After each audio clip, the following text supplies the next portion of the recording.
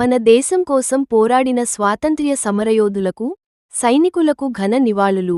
మరిన్ని అప్డేట్స్ కోసం మా ఛానల్ని లైక్ చేయండి, షేర్ చేయండి మరియు సబ్స్క్రైబ్ చేసుకోండి. చరిత్ర పుటల్లో అత్యంత అద్భుతమైన మరియు బహుశా అంతే సంక్లిష్టమైన నాయకుడు జలాల్ ఉద్దీన్ మొహమ్మద్ అక్బర్. ఈ ఆసక్తికరమైన చారిత్రక విశ్లేషణలోకి నేరుగా వెళ్ళిపోదాం. అసలు ప్రపంచం ఆయనను అక్బర్ ది గ్రేట్ అని ఎందుకు అంటుందో తెలుసా? 1942 నాటి నేచర్ మ్యాగజీన్లోని ఒక ఆసక్తికరమైన పాయింట్ చూస్తే మనకు ఒక క్లారిటీ వస్తుంది. 16వ శతాబ్దపు ఐరోపాలో మతం పేరుతో దారుణమైన హింస జరుగుతున్న ఆ రోజుల్లోనే భారతదేశంలో అక్బర్ అపూర్వమైన మత సహనాన్ని పాటించారు. ఆయన న్యాయం ఎప్పుడు కులం, మతం లేదా రంగును బట్టి మారలేదు.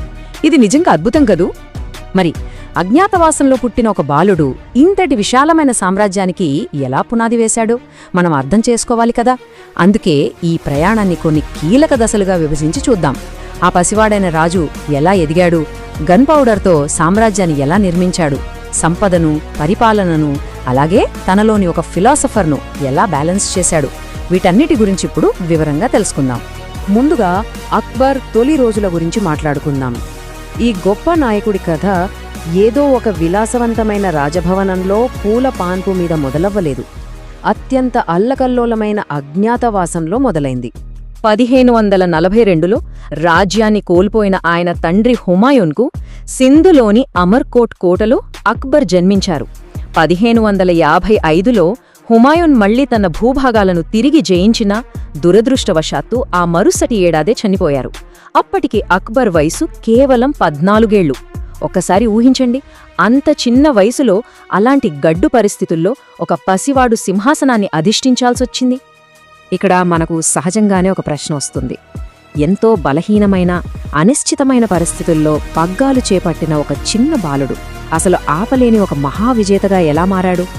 ఇక్కడే అక్బర్ వ్యూహాత్మక సైనిక విస్తరణ గురించి మనం మాట్లాడుకోవాలి. తన అధికారాన్ని సుస్థిరం చేసుకోవడానికి ఆయన ఎంచుకున్న ఏకైక మార్గం సైనిక శక్తి. ఆయన ఆనాటి సరికొత్త సైనిక ఆవిష్కరణలను ఎంత అద్భుతంగా వాడుకున్నారో చూస్తే నిజంగా ఆశ్చర్యం వేస్తోంది.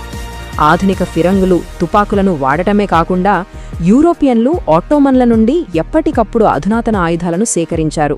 దీనికి తోడు యుద్ధ ఏనుగులను ఎంతో వ్యూహాత్మకంగా వాడేవారు. మన్సబ్దారీ అనే క్రమశిక్షణతో కూడిన ఒక ర్యాంకింగ్ సిస్టమ్ను సృష్టించి అత్యంత బలమైన గన్ పౌడర్ సామ్రాజ్యాన్ని నిర్మించారు. మొఘల్ సైన్యం ఆధిపత్యం ఏ స్థాయిలో ఉండేదో చెప్పడానికి ఆయన మంత్రి అబుల్ ఫజల్ అన్న మాటలే సాక్ష్యం. టర్కీ మినహా ప్రభుత్వాన్ని రక్షించుకోవడానికి భారతదేశం కంటే మెరుగైన తుపాకులున్న దేశం బహుశా మరొకటి లేదు అని ఆయన స్పష్టంగా రాశారు. ఆనాటి ప్రాంతీయ శత్రువుల కంటే మొఘల్ దళాలు 100 రెట్లు ఎలా బలంగా ఉండేవో ఇది మనకు స్పష్టంగా చెబుతోంది. అయితే చరిత్రను నిశితంగా గమనిస్తే ఇక్కడొక పెద్ద వైరుధ్యం కనిపిస్తోంది. ఒకవైపు చిత్తోర్గఢ్లో 30,000 మంది సాధారణ పౌరుల ఊచకోత, గుజరాత్లో తెగగొట్టిన తలలతో బురుజులు నిర్మించడం లాంటి భయంకరమైన సైనిక క్రూరత్వం ఆయనలో కనిపిస్తోంది. కాని అదే సమయంలో తన స్వంత సేనాపతులు పరిధి దాటి ప్రవర్తిస్తే మాత్రం కఠినంగా శిక్షించేవారు. తన పెంపుడు సోదరుడైన ఆదం ఖాన్ నేరం చేసినప్పుడు స్వయంగా 2 సార్లు మేడపై నుంచి కిందకు విసిరేసి శిక్షించారంటే ఆయనలోని కఠినత్వం ఎలాంటిదో మనం అర్థం చేసుకోవచ్చు. మరి ఇంతటి హింసాత్మక విజయాల తరువాత విభిన్న మతాలు, విభిన్న సంస్కృతులు ఉన్న ఇంత పెద్ద జనాభాను ఒక చక్రవర్తి ఎలా ఏకం చేయగలిగాడో, వారు పదే పదే తిరుగుబాటు చేయకుండా ఎలా ఆపగలిగాడో, ఇదే అసలైన పజిల్. దీనికి సమాధానము ఆయన పరిపాలనా నైపుణ్యంలోనే ఉంది. జయించిన భూములను కేవలం పాలించడమే కాదు, వాటిని ఒక ఏకీకృత ఆర్థిక పవర్ హౌస్గా మార్చేశాడు అక్బర్. ఆయన ప్రవేశపెట్టిన సెంట్రలైజ్డ్ అడ్మినిస్ట్రేషన్ వల్ల రిజల్ట్ ఏంటో తెలుసా? మొఘల్ ఆర్థిక వ్యవస్థ, అలాగే వారి మొత్తం సంపద అక్షరాలా 3 రెట్లు పెరిగింది. అవును, అచ్చంగా 3 రెట్లు. ఈ భారీ గ్రోత్ ఎలా సాధ్యమైంది? సింపుల్ అండి.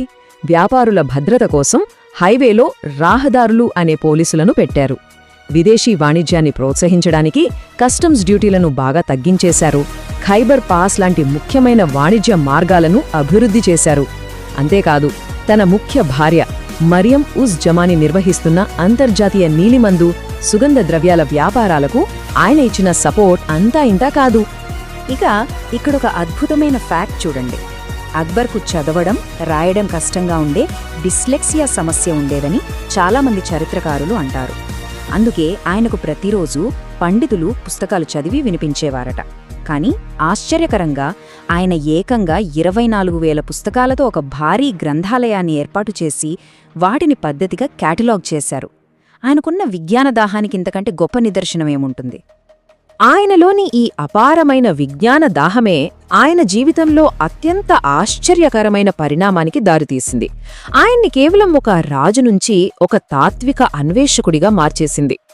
ఆయన తీసుకొచ్చిన మతపరమైన విధానాలు ఆ కాలానికి ఎంతో అడ్వాన్స్డ్ అని చెప్పాలి.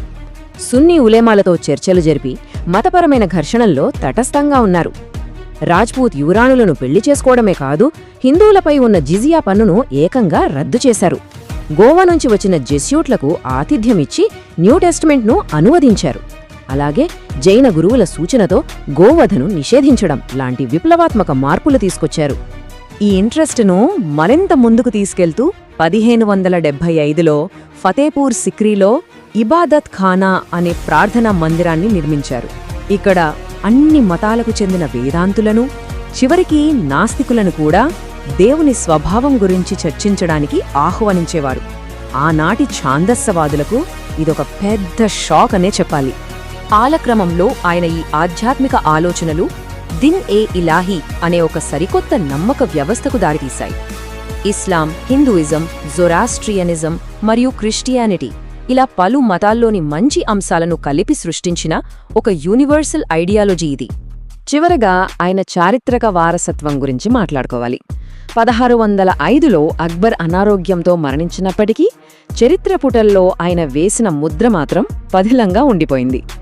ఆయన పాలన కేవలం మొఘల్ సైనిక ఆధిపత్యాన్నే కాదు, ఒక బలమైన దౌత్య వ్యవస్థను కూడా నెలకొల్పింది. తైమురీడ్ మరియు స్థానిక భారతీయ సంప్రదాయాలను కలిపి ఒక అద్భుతమైన ఇండో పర్షియన్ కల్చర్ను సృష్టించారు. ప్రపంచ దేశాలు మత సహనం గురించి ఆలోచనించడానికి చాలా కాలం ముందే ఆయన దాన్ని ఆచరించారు. ఎంతో ఆశ్చర్యకరమైన విషయమేమిటంటే, బ్రిటిష్ వారు సతీ సహగమనాన్ని నిషేధించడానికి ఏకంగా 200 సంవత్సరాల ముందే అక్బర్ ఆ దురాచారాన్ని అరికట్టేందుకు ప్రయత్నించారు. ఇప్పుడు మనం అక్బర్ ది గ్రేట్ జీవితాన్ని వెనక్కి తిరిగి చూసుకున్నప్పుడు ఒక బలమైన ఆలోచన మన బుర్రలో మెదులుతుంది. అత్యంత విభిన్నమైన సమాజాన్ని, ప్రజలను ఏకతాటిపైకి తీసుకురావడానికి అవసరమైన అసలు సిసలైన బ్లూ ప్రింట్ 16వ శతాబ్దపు భారతదేశంలోనే అప్పటికే తయారైపోయిందా?